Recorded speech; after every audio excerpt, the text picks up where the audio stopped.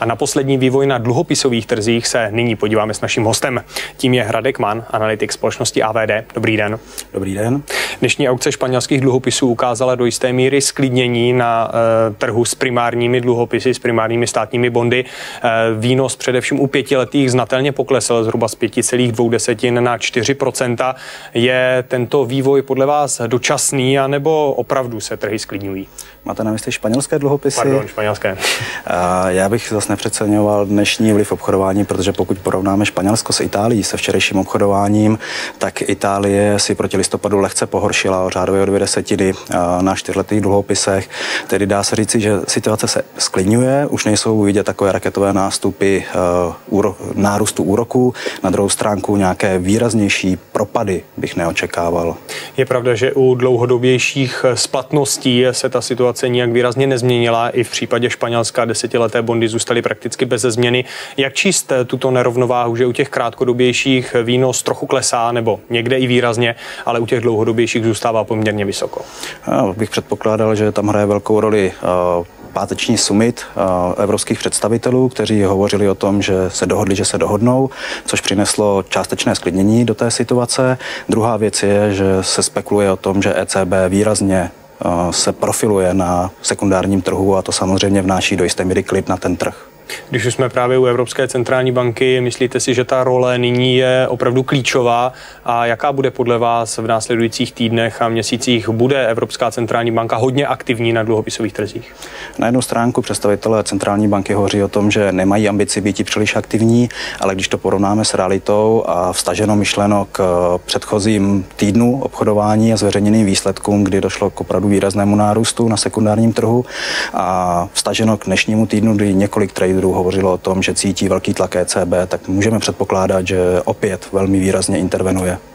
Evropská centrální banka na svém posledním zasedání prohlásila, že by si přála vidět v Evropě určitou fiskální konsolidaci a také zodpovědnost. Myslíte si, že poslední kroky a vyjádření evropských představitelů trochu naplňují ten její scénář, to její přání a dalo by se říci, že i trochu umožňují ECB být i aktivnější na tom poli oficiálních vyjádření? S ohledem na to, o čem hovoří politici, mám dojem, že se dohodli na tom, jakým směrem se chtějí vydat, což samozřejmě pro ECB je dobrá zpráva. Pro trhy není dobrá situace, kdy se neví, co bude. Ať bude odpověď, jaká bude, vždycky je lepší vědět, kam to půjde. To znamená, ECB má důvod intervenovat. Kdo by v dané situaci Evropě, konec konců i Evropské centrální bance, mohl s tou situací pomoci?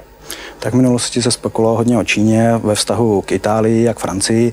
Na druhou stránku představitelé svrchovaných fondů se jasně vyjádřili, že Evropa nepochopila zcela, jak svrchované čínské fondy fungují a jaký mají zájem, takže očekáváme tomu odsud pomoct, ale nebude primární, spíš bude někde v pozadí. Hodně se mluvilo samozřejmě o USA, na druhou stránku Bernanke se jasně v Senátu vyjádřil, že Fed nemá právo zasahovat do Evropy, byť by rád, ale nemá na to oprávnění. Ale dnešní zprávy ruského prezidenta pana Medvěděva, který prohlásil, že jsou ochotní a schopni intervenovat ve prospěch Evropy, hovoří o tom, že největší předpoklady pomoci můžeme vidět v Rusku. Dokážete odhadnout, jaký objem peněz by případně z Ruska mohl plynout, nebo jsou to pouze spíše slovní intervence, které by mohly pomoci sklidnit situaci v Evropě? S ohledem na to, že Rusko je hodně komoditní země a v dobách růstu komoditních instrumentů, mám-li to tak nazvat, myšleno ropa a plyn, tak se vytvořily obrovské rezervy ve svrchovaných ruských fondech, tak Rusko je opravdu připraveno za prvé investovat a za druhý ty rezervy jsou z našeho pohledu až neuvěřitelné. Velmi nervózní situace je na měnovém trhu. Viděli jsme v průběhu tohoto týdne, především po zasedání americké centrální banky, výrazný nárůst amerického dolaru vůči evropské měně se dostal až kolem hranice $1.30 amerických centů za evropskou měnu. Jaký očekáváte další vývoj v této oblasti? Myslíte si, že dolar bude stále profitovat z té evropské nejistoty? Prolomení toho psychologické bariéry na úrovni $1.30 byl jasným signálem, že investoři nevěří Evropě.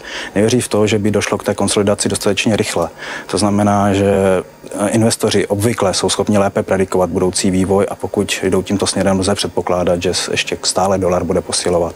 Viděli jsme po posilujícím dolaru negativní vliv na komoditní trhy. Konec konců před námi šla reportáž o možných cenách zlata a o možných instrumentech, které v průběhu včerejšího dne, především v rámci amerického obchodování, výrazně klesaly. Bude podle vás ten pokles tedy i nadále pokračovat, když čekáte nárůst hodnoty dolaru? Vycházíme z toho, že se stále ještě očekává recese nebo přiblížení se k recesi. Ty scénáře, které připravují jednotlivé centrální banky, jsou velmi zajímavé. Konec konců i to, co prosáklo ze zpráv České národní banky, bylo velmi zajímavé. Pokud skutečně dojde k výraznému ochlazení ekonomiky, tak není jediný důvod, proč by klasické komodity měly růst. Nemyslíte si, že třeba zlato bude trochu profitovat z té své ochranářské tendence, z té ochranářské vlastnosti, že přeci jen, kdyby se cokoliv stalo, tak zlato nejde vytisknout a vždy si bude držet určitou hodnotu?